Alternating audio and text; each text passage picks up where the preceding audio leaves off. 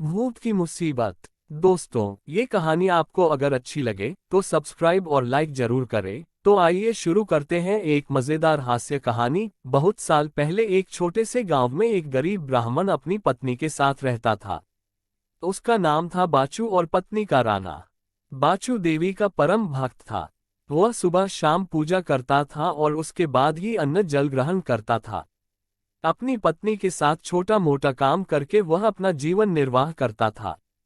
पर वह कितनी भी मेहनत करता फिर भी आज तक उसे एक दिन भी पेट भरकर खाना नहीं मिला था। गांव के जमींदार सुबोध बाबू के घर बेटा पैदा हुआ। उसी खुशी में सुबोध बाबू ने अपनी हवेली में पूरे गांव को न्योता दे दिया और ऐलान करवाया, किसी के घर चूल्हा नहीं जलेगा। सुनते ही बाचू को तो मन की मुराद मिल गई। उसने अपनी पत्नी से कहा वो जरूर जाएगा। अगले ही पल उसे अपनी दरिद्रता याद आई। वह सोचने लगा, एक तो हवेली जाने लायक उसके पास धन के कपड़े नहीं हैं, जो है उनमें भी पैब लगे हुए हैं और बुरी हालत में है, और ना ही बच्चे को देने के लिए शगुन ही है। पत्नी ने तुरंत बाचू के पुराने कपड़े सिल दिए और साफ पानी से मलकर धो दिए। फिर बाचू से बोली, अच्छे से जाए, वे बड़े लोग हैं, आपका आशीर्वाद ही उनके लिए बहुत है। दूसरे दिन बाचू सुबह जल्दी उठकर नहाया और जल्दी पूजा करके थोड़ा सा गुड़ और एक लोटा लेकर चल दिया। वहां चारों तरफ स्वादिष्ट खाने की सुगंध फैली थी। मगन होकर बाचू खाने का आनंद उठा रहा था, क्योंकि उसे भरपेट भोजन कभी नहीं मिलता था। बाचू अपने आप को सौभाग्यशाली महसूस कर रहा था। आज वह खास मेहमान है। इतना खाना उसके लिए ही बना है।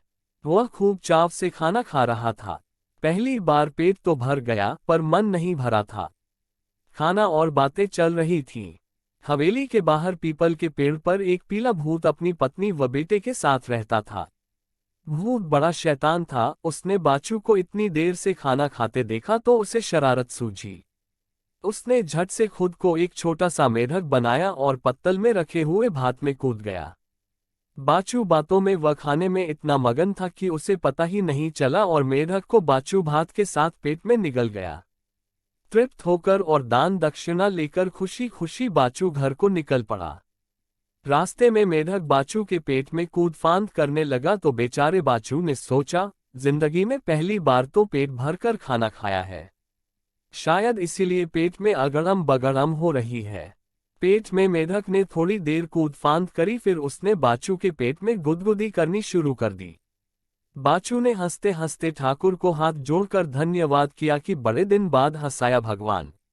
भूत ने सोचा, ये क्या हो रहा है, मैंने इसके पेट में इतनी उठापटक और धमा चौकड़ी मचाई, पूरे पेट में इतनी गुदगुदी करने पर भी इसे कोई फर्क नहीं पड़ रहा है, तो मेरा क्या काम, अब चलना चाहिए। भूत ने धीरे से आवाज दी, मुझे जाने दो।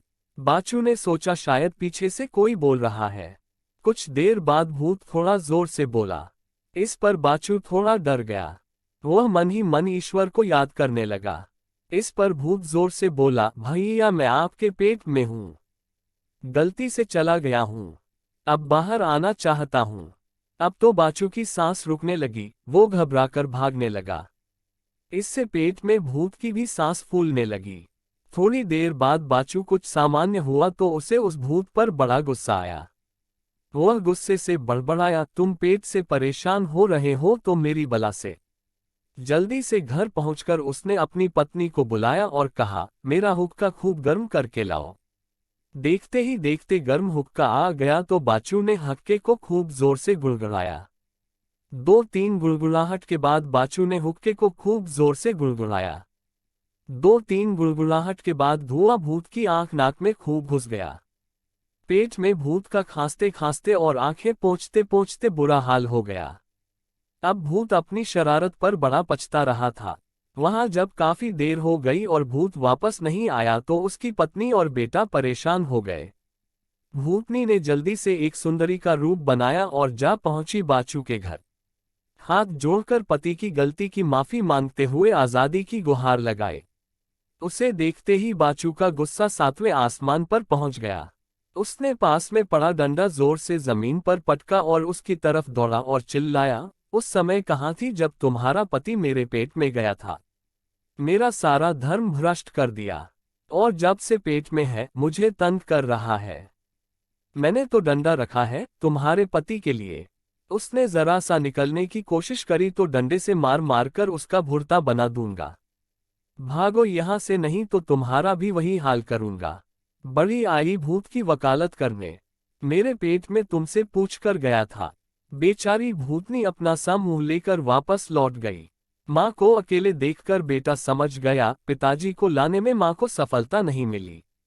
इस पर छोटे भूत ने माँ से कहा मैं जा रहा हूँ और पिताजी को लेकर आऊंगा। वह एक मासूम बच्चे का रूप बनाकर बाचू के घर पहुंच गया। उसने हाथ जोड़ विनती करी कि मेरे पिताजी को छोड़ दो। बच्चे को देखकर भी बाचू का गुस्सा शांत होने का नाम ही नहीं ले रहा था। उसने फिर अपना डंडा उठाया और भागा बच्चे की ओर। बच्चा तो सरपट भाग गया पर अपनी शैतानी पर पेट वाला भूत बहुत पछता रहा था। जब छोटे भूत ने देखा कि उसकी दाल नहीं गल रही है तो फौरन उसे एक उपाय सूझा। उसने खुद को एक मच्छर के रूप में ढाला और पहुंच गया फिर बाचू के पास। उसने भी शरारत शुरू कर दी। कभी बाचू के गाल को काटता तो बाचू उससे भगाने के लिए अपने ही मुंह पर थप्पड़ मार लेता था। कभी मच्छर उसके कान के आसपास कभी उसके कान में भूं भूं करता। बाचू जितना झल्लाता मच्छर को उतना ही मजा आता। थोड़ी देर बाद मच्छर बाचू की नाक में घुस गया। अब तो बाचू की नाक में सुरसुरी घुरघुरी सब होने लगी।